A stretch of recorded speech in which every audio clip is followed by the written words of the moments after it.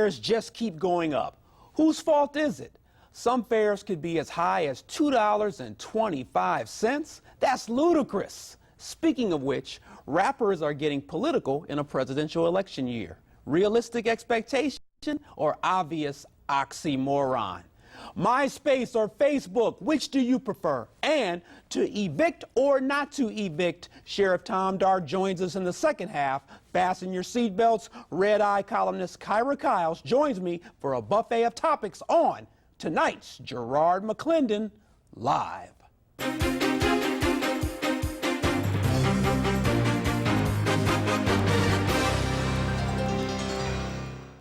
Welcome to Garrard McClendon Live. The CTA has been heavy in the news this week, and it seems that everyone has an opinion.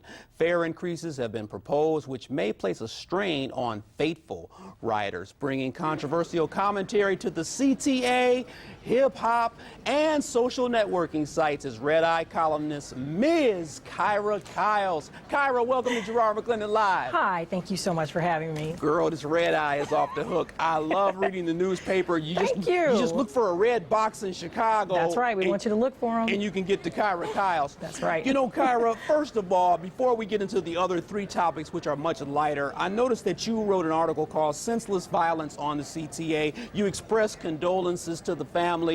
Just give us your thoughts about that whole situation. It looks as if the suspect has been charged. That's correct, and that was after a kind of a dramatic turn-in. He turned himself into a church. His mother was pleading on TV, please, they see you in the surveillance video, turn yourself in. And it's just an example of what can sometimes be unavoidable violence in Chicago. I don't think we can blame the CTA per se, as some people have, just because what are they going to do? Put, metal detectors on a bus, make things slower? They can't really do anything about this, but just the notion that someone would fire a gun into an enclosed space like that and striking and taking this young girl's life, it just really touched me. So I wrote about it on my Going Public blog, and that's kind of where I and other readers express their opinions about things going on the CTA. Yeah, last night we got tons of messages on the Garrard McClendon Live voicemail line, and people were almost crying in the telephones, Kyra. I mean, saying, this is terrible. When is all of this going to stop? No, I completely agree. I can understand that. When I was reading the article just about the mother pleading for her son to turn himself in, whether he did or didn't do it,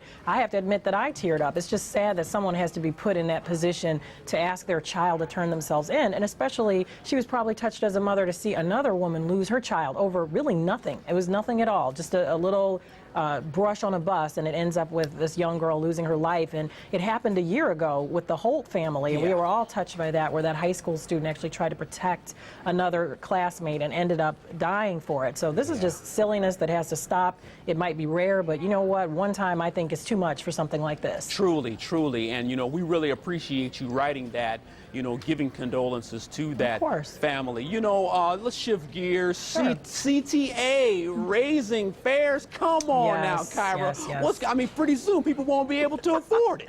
Well, we have to look at it in perspective, though. When you go to the gas pump, you're feeling a lot more pain than you are even if there is the CTA fare hike. Of course, nobody wants a hike, and I really feel like we shouldn't be in this position. Our federal government, our state government should put a lot more stake in public transportation. If you're telling people we need to get rid of this addiction from foreign oil, then why are you not encouraging people to take public transportation? And part of that is not by just saying take it, it's by making it good enough to take. I mean, we've got old buses, we've got ancient rail cars running out there. We really need to do something about this. So unfortunately, the public is again going to have to kick in. We're already paying some of our real estate tax transfers to this cause, and now we're going to have to dig in our pockets a little bit deeper. Yes, Kyra, put you on the spot here. Should seniors ride free? Come on now. Well, let me tell you this. I have had seniors email me saying, please don't let me ride for free. I don't need it. I can get where I need to go. I can afford the small fare that I was charged in the first place. If this means that everyone has to suffer, I don't really want the free fares. And I've seen that a lot more than I have seen seniors saying, hey, we deserve this. Now, we all have grandmothers and grandfathers. I wouldn't want anyone to say that my grandfather couldn't ride the bus for free. But at the same time, look at what it's doing to the system. The CTA says that this isn't really the biggest part of why we're going to have to pay this fare hike, but it is a part of that. And I just wish that the governor had not tacked this on to the doomsday. It was kind of a cheap move to, at the last minute, okay, I'll pass it, but guess what? seniors get to ride free. And this is going to be at a cost of $30 million in 2009, because people are taking advantage of this. If they said, you know, people with asymmetrical haircuts could ride for free, you know, I would be on it. So I can't blame them. I can't blame the seniors, but it seems like it's not working out. And I would go out immediately and tell my barber to give me an asymmetrical haircut. You can get on that bus and that train for free. I know. Oh, man. Hey, Kyra, this is exciting. I need you to hold tight. We believe that incrementally we're going to be able to continue to make improvements. The reality of the type of improvements that our customers want to see is a modernized CTA. That simply will not happen without a capital bill. It's unreasonable for us to stand up here and tell you it's going to happen, because it will not. Hey, I'm convinced. Welcome back to Garrard McClendon Live. I'm convinced, you know what, when you're handsome, you get away with more. Handsome Huberman. You've seen the paper, or at least the red boxes all around Chicagoland. Red Eye columnist Kyra Kyles joins me to discuss realism, surrealism, and the absurd. Kyra, welcome back to Garrard McClendon Live. Thank you. Let's shift gears and go to the so-called political rappers. Talk to me. So-called? Why do you say that? You know, I'm going to mention the names that you mentioned in the article. Fine. Girl, you talked about, you mentioned Common, yes. Bow Wow, Young Jeezy, and T.I. I sure did. Go for it. Okay, well, the thing is, a lot of people have been talking about the death of hip-hop, how hip-hop doesn't add anything positive to our culture, American culture as a whole. And as a matter of fact, people have said that it takes away, and in some cases, it convinces people to be more violent, you know, more sexual, that it's just nothing good. But I would argue, rather, that as we approach the general elections, that rappers are really doing their part to make people aware. Get up, turn off. T.I. made a statement today. Turn off the PlayStations, turn to CNN.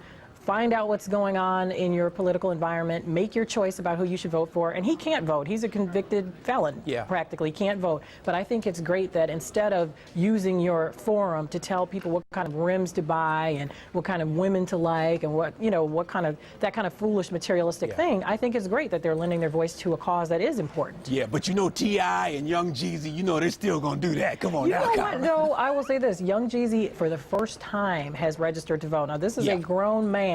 The fact that he was willing to go, bring the photographers with him, let people see him being photographed, that will make a difference to somebody who wouldn't listen to, you know, say, a political figure telling them to do the same thing. That Barack Obama or anyone else, or Sarah Palin, John McCain, telling them the same message, they might not hear it the same way. So I think it's great that he would be willing to do that. He doesn't have to. You're absolutely right. Sometimes the person that's remote is the person that children listen to most. You may do what your uncle tells you, but you may not do what your parents tell you. So that person is just as important. You know what, Kyra, I'm going to the phones. I'm going to D.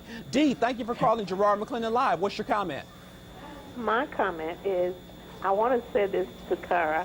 I didn't hear everything she said in the beginning, but I want to let her know that I'm a senior citizen, and all the senior citizens I know, we are grateful that the governor lets us ride the buses free.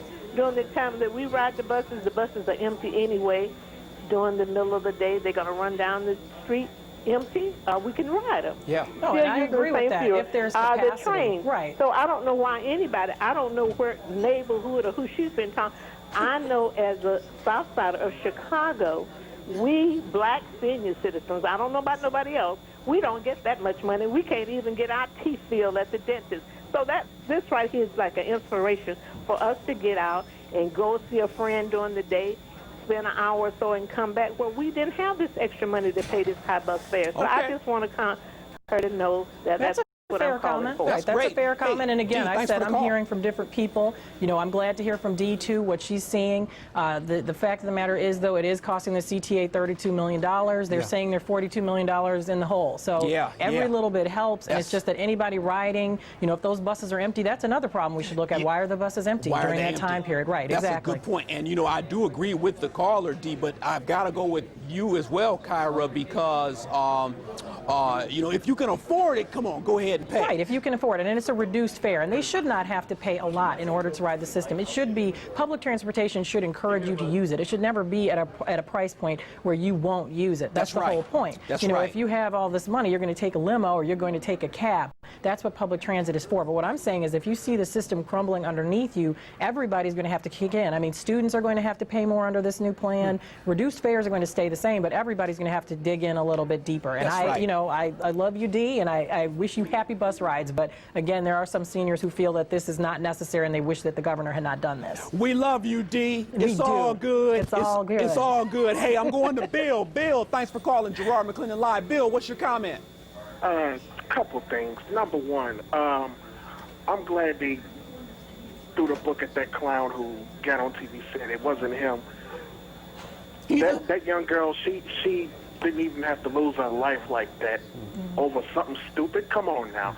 And two, these free rides for seniors, no, stop that. That's why CTA is so far in the red right now. He's going to get him. Come on, Bill. Don't you think that's being a little insensitive to He said, seniors? Stop it. I mean, they've been driving these reduced fares all this time, but come on now. Yeah, I feel you. Hey, thanks for the call, Bill. I appreciate it. You know, Kyra, I mean, we got D calling us saying, hey, let the seniors ride Bill free. said, and "Stop then it." Bill comes in with the knockout He punch. said, stop it. Just literally stop it. Unreal. Wow. Unbelievable. I'm It is. telling you. You know, Kyra, just quickly, let's get back to these rappers. I'm glad that there is some responsibility taking place, but come on, shouldn't some of that lyrical content change?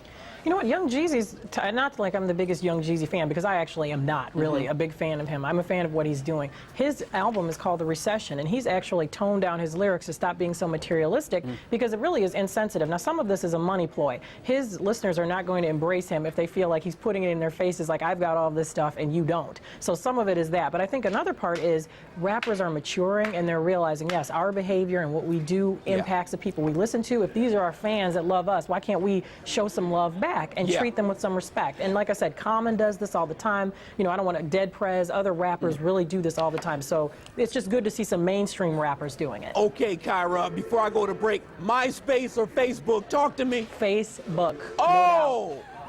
Why?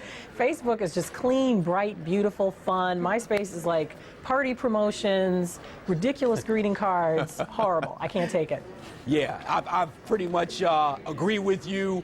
I'm canceling my Black Planet, my LinkedIn, all of that Get rid stuff. of all that extra stuff. I think I'm going to stay with MySpace as well. Kyle's from the Red Eye newspaper. RedEyeChicago.com is where to reach her. Kyra, thanks for being on Garrard Thank you McClendon for having Live. me. Appreciate it. Hey, give me a call right now, 630-575-TALK. Coming up next, more Garrard McClendon Live. Hit me up, stay with me 2 minutes, we'll be right back. Basically, what I got out of it is the poor is going to get poor and the rich is going to get richer. I don't understand now when they need a plan and a solution to this problem.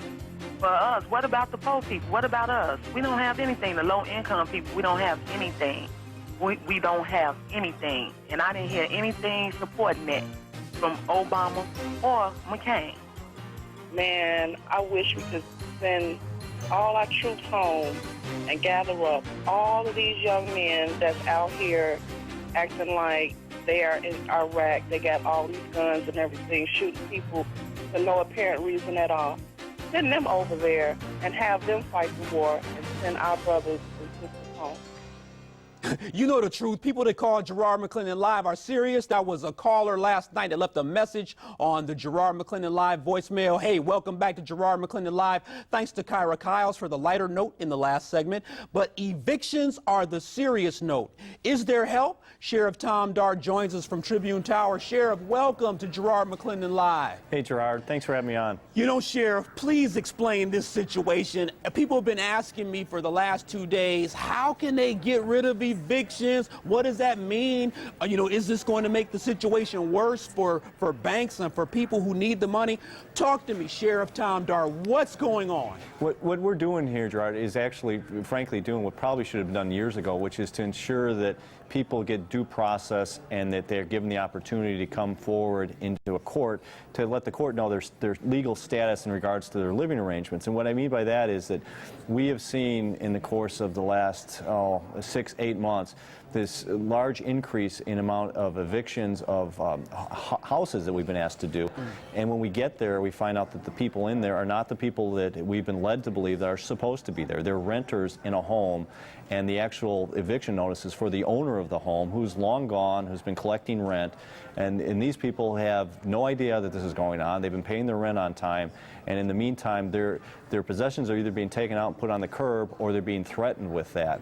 And so we're not doing anything in regards to the eviction proceedings that go on for individuals who are in apartment situations where they have a landlord and there's a tenant, and the tenant is just, frankly, maybe a deadbeat, just not paying. We're not changing anything there. The notice is adequate there. We feel very confident that the right person is there. But when it comes to these foreclosure evictions, where we're dealing with these homes and in some cases condominiums, we're finding numerous situations where the wrong people are in the house. Not wrong in the sense they shouldn't be there, but according to the records we're getting from the bank through the court, it is not the right person. And so we're just we're suspending those evictions until we are going to get the proper information, so that we are absolutely sure that the right people are having, frankly, their life traumatized. Yeah. Now, Sheriff, help me out, though. I mean, this seems like even more manpower or woman power to try to decipher what's going on with these foreclosures. I mean, isn't that going to be more work and take up more money? No, I mean, it's quite the opposite, to be honest with you, because what had been going on is that our deputies would go out to a home where they had a eviction notice to evict. They'd come to the door, they'd find a different name of a person at the location. Our deputies would then have to, even though they aren't supposed to be doing any of this, they're just supposed to follow this order. They're then having to take all that information down, then they're having to take that information back to the court to give it to the bank, who should have given it to us in the first place, to then give it to the bank's attorneys, who are then going out supposedly and now giving notice to those people to come up with a new order to evict those people. So what we're saying is that we're not going to be doing your work for you anymore. You, as the bank, the people who are owners of that property, you need to show the due diligence. Go out prior to asking us to evict somebody. Just do basic due diligence. Find out who is the person there and make sure they've been given notice of this proceeding. Whether they're a renter or not, then give that information to the court, and we'll be happy to proceed. But for us to really just be shooting blind here, just hoping it's the right person. And Gerard, we had stories that are heartbreaking stories of people who are playing by the rules, paying their rent in full on time, and yet they're going out to work, their kids are going to school, and they're coming home, and their possessions are out. Oh. Man, you know, I'm really getting choked up here because I can see a scenario like that taking place. That's ridiculous. Please clarify this, though. What about single-family homeowners? I mean, is this moratorium on evictions going to be the same for them? The moratorium is on the foreclosure evictions, which covers a lot of those scenarios. It is in all the scenarios where we are not getting the proper information as far as who's in there. And so single-family homes, it could very well be covering all those as well. The key point here, Gerard, is the fact about whether or not it is something where we have assured information of who is in that location. And so as it pertains to houses and condos, those are the ones that we're suspending at this point. Man, thank you, Sheriff, for your insight and grace on such a critical issue for thousands of people and their families. Please stay with us, Sheriff. We appreciate your service to the community. Garrard McClendon Live continues with voicemail, comments, blog entries. Shame that the big insurance companies end up taking $400,000 junkets, and then what makes so bad, one company $37.8 billion on top of the $85 billion already lent. How in the world can people go on vacation when you got people surviving to try to keep their houses? I think it's so wrong and unfair. And if it was me, and had something to do with it, hey, these guys wouldn't have got one plug nickel unless the money was governed some kind of way. Man, welcome back to Garrard McClendon Live. That's Big Calvin leaving me a message. You can always leave a message on my line. You know what? Welcome back to the show. We've got the Sheriff in the mix tonight. Sheriff, hey, give me some closing remarks on people feeling secure about this particular crisis. Unfortunately, there's not a lot of security out there right now, Gerard, in the entire economic world. And we're seeing that here in Cook County with record numbers of eviction orders and the like. What we're attempting to do here, and we can continue to do, is to make sure that in those situations where we have to go to the point where there is an actual eviction, and we are going to put somebody through all of that's involved with an eviction, that we have the right people, that they have been notified, they've had their opportunity to come into court, and that this is not something where honest to goodness, true, innocent tenants are being thrown out onto the streets. And so we're looking for assurances here. We're hoping that members of the mortgage community and the like will come together with us to make sure that we can nail this down, and then we can go forward with things. Yeah, man. Thank you so much, Sheriff. Thank you so much. Thanks to Kyra Kyles from the Red Eye, Cook County Sheriff Tom Dart, and you for participating in true First Amendment television. Call me after the show, 630-574-3232. I can't wait to hear your comments. You know the routine. Keep your head up and always be encouraged. Ask or ask, Donda's rules, suit shoes. McClendonReport.com.